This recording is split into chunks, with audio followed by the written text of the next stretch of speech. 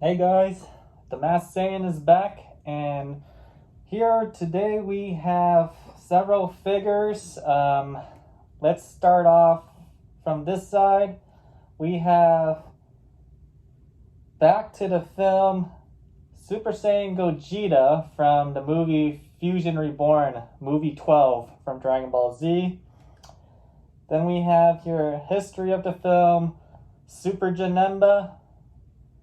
And then we got here, I believe this one and this one are from the Dragon Ball vs. Omnibus Super line.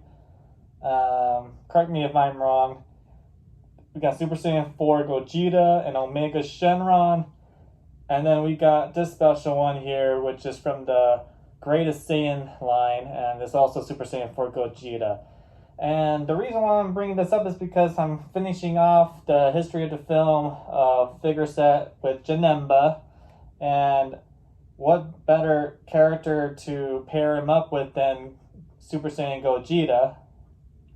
And since we have this, unfortunately, he's non-canon, this particular Gogeta, with the orange cushion around his vest. And the fact that he's dead too, as you can see the halo over his head. But I want to say that this Gogeta is the same as the GT Gogeta too, who turned Super Saiyan 4. He's wearing the same exact vest, which is orange, right? So the canon version of Gogeta in the Broly movie from Dragon Ball Super has yellow cushion around his vest, similar to Gotenks in Dragon Ball Z, which makes sense if you think about it. It's called like the Metamoran fusion dance, and whoever does that fusion dance will have the same clothes. Basically, they'll have that vest with the yellow cushion, kind of like a bluish turquoise belt sash, white baggy pants, blue wraps around their boots, and yeah, that's the clothes.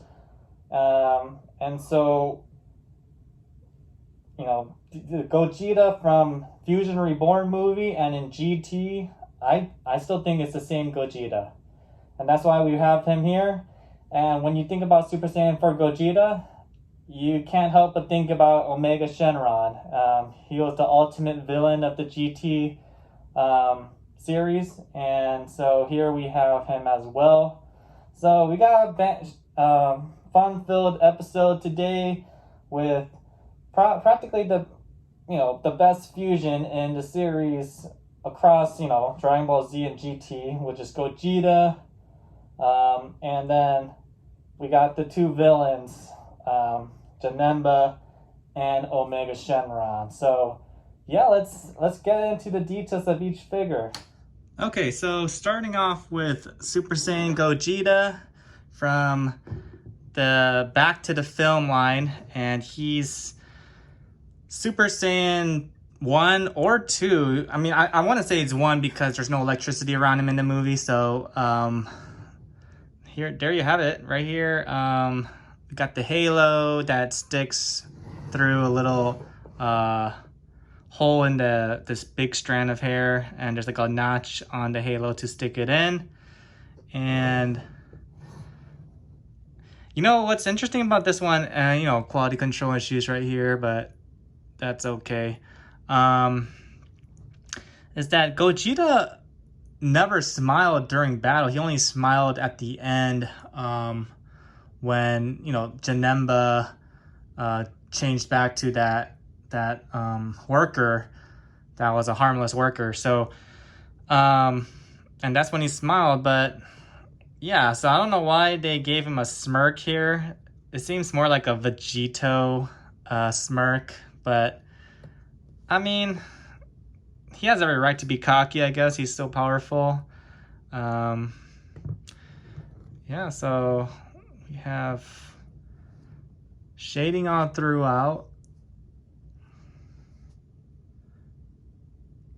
A little bit more quality control issues here and here on the pants. And just like I don't know, the shiny notch on his jacket. Yeah, a lot of paint issues, unfortunately, with this figure, but overall, I mean, there's another mark right here too. I mean, I like this figure overall though. It's the first Kuji Master Lease Gogeta figure in this form that we have. So it's good to add to the collection. And he goes very well with Janemba as well. So, but yeah, I mean, I think some complaints were that Janemba is shorter than Gogeta with these figures, and you know, nobody really thought about it that way. Was he actually shorter in the movie? It seems like he was basically the same height, right? So they're almost the same height if you count the tip of his horns, but even so, Gogeta's hair is taller, and you know, the top of his head is taller than Janemba's. So it just kind of looks weird to see Janemba being shorter, because you would tend to think that the villain is a lot taller. But let's just take a look at Janemba in detail. So the funny thing about Janemba too is that they should have gave him a smirk, because he was the one having that cocky smirk in the movie. But he seems pretty serious in this figure form. And I never really noticed he only has one toe that has a toenail. It's kind of funny on each side of his feet. And shading all throughout, so that's cool. And huge tail.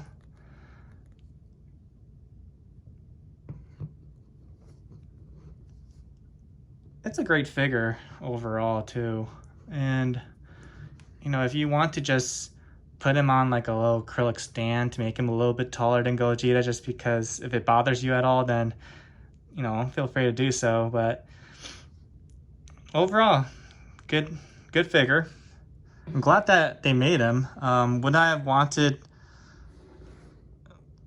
you know, a red sword to go along with him? Oh yeah, definitely. But what can you do? Now let's actually go with this one first. So we have here Super Saiyan 4 Gogeta, right? And this is from an older line, the Greatest Saiyan line, which also we did review the Super Saiyan 4 Goku figure in a previous episode, one of my first episodes, maybe on the 4th episode, I want to say. And yeah, that line, I want to say is, you know, there's only a couple perfect Kuji lines that came out. And one of them was the Greatest Saiyan line, which he is a part of. It includes Super Saiyan 4 Goku, Super Saiyan 4 Vegeta, Super Saiyan 4 Gogeta, and the Golden Great Ape, the Zaru form of Goku. And it was just perfect. They all looked incredible, great sculpts. They're all original sculpts at the time, and they just were perfect. They looked great together, and they were just apart. They were like a GT line, right? They needed to be together. You need to get every figure in that set. And then the other perfect line was the Extreme Saiyan line that I reviewed, the Ultra Instinct Sign and the mastered versions of Goku from that line. It also has Base Gogeta, Super Saiyan Blue Gogeta, and Super Saiyan Blue Vegito. And they all looked amazing too. They're all Master Lease extra figures, and perfect sculpts, original. I mean, yeah, they had repaints within the line, you know, with Gogeta and Goku, but I mean, they all are worth it too, I think. So those two Kujis, the Extreme Saiyan and the Greatest Saiyan from this, which this figure is a part of it. Those are the two best Kuji lines in my opinion. I want to say that the androids also came out with, you know, the androids that I reviewed earlier, they, that line was also very near perfect. Unfortunately, Android 16 was a little too small though. But yeah, I love this pose. He looks perfect. I think the only issue that people had with this figure is that his vest is a little on the lighter side. It's not like as orange as it should be. For instance, this one's probably the perfect orange, right? But then they came out with this figure, which is from the Dragon Ball vs. Omnibus Super line, and just take a look at the difference is that his vest is a little bit more orange than this one, but not nearly as much as the Gogeta in the Fusion Reborn line or movie. And his fur is more red, I want to say, and his hair is a bit too orange too here. Like, but they did a good job with his fur here. It should be a darker, almost brown color, and then his hair should be red. So yeah, I don't want to say that they both messed up, but like, I want to say this one's still my preferred Super Saiyan 4 Gogeta. If you had to choose between the two, I would say this one's better. But you know, it's hard to find this one, and it's a little bit more expensive now because it's an older figure and it's harder to find. This one is more recent, and so you'll probably get it for a much better deal. And he has some quality control issues around here. Let me move this one out of the way. And so, yeah, he has some quality control issues here, right there. Otherwise, pretty neat. Yeah.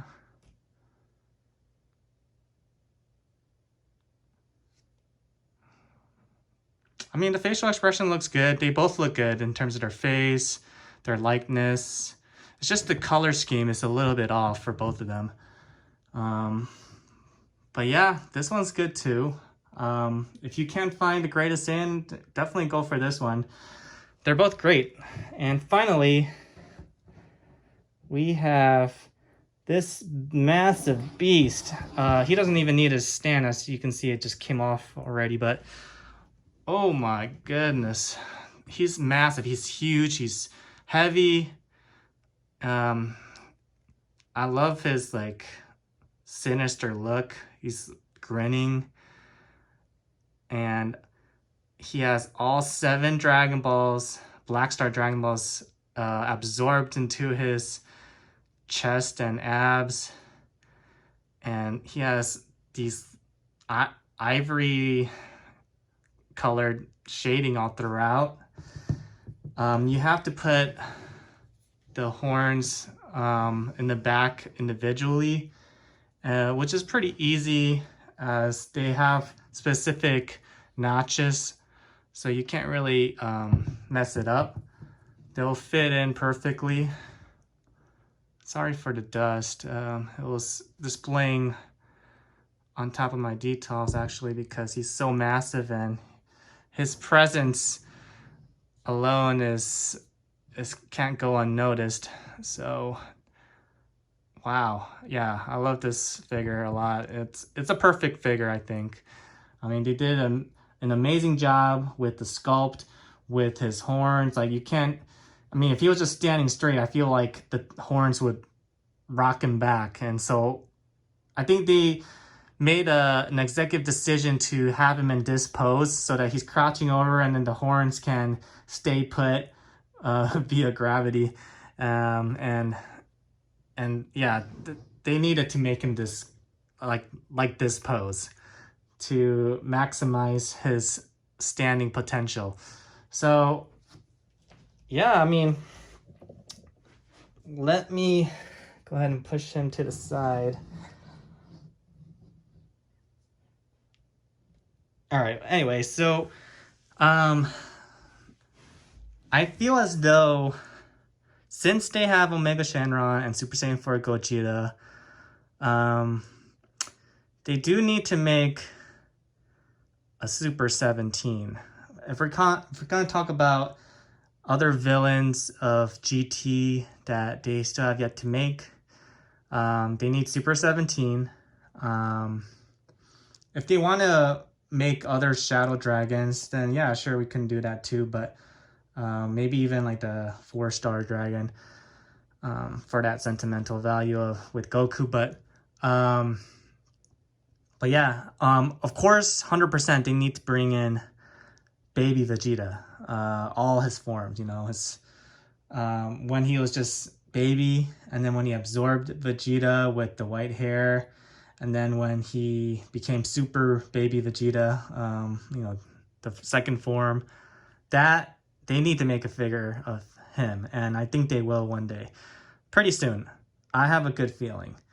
And you know, possibly have figures of the GT versions of the Z fighters, or at least the Saiyan warriors, such as Gohan, Goten, Trunks, Pan, you know, in GT. So now for over here, Fusion Reborn, I think they should still have a huge, you know, great ape size like of Janemba, the first form, you know, the yellow, huge, fat version of Janemba. That would be amazing. You know, it'll go along great with these figures.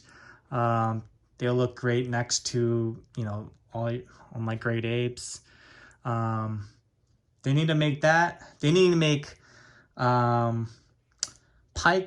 PyCon would be an amazing figure to have as well. And lastly, they need to make Gotenks as well from that movie. They need to make Gotenks, hopefully base and Super Saiyan. Super Saiyan 3 was only in the show and not in the movie, but that would be awesome to have too. I mean, might as well just make Super Saiyan 3 as well. Maybe just do a moving line and just make it have interchangeable heads. But that's wishful thinking, but hopefully any one of those will come true. But anyways, thanks for watching. There you have, folks. Please like, comment, subscribe if you haven't already. Really appreciate all you who have already subscribed, and I'll see you in the next one. You know, we have a new Kuji line coming out next weekend, and I mean, I already have that ordered, and hopefully that'll come within the next, maybe at the end of the month. I'll go ahead and review that for you guys. Looking very much forward to it.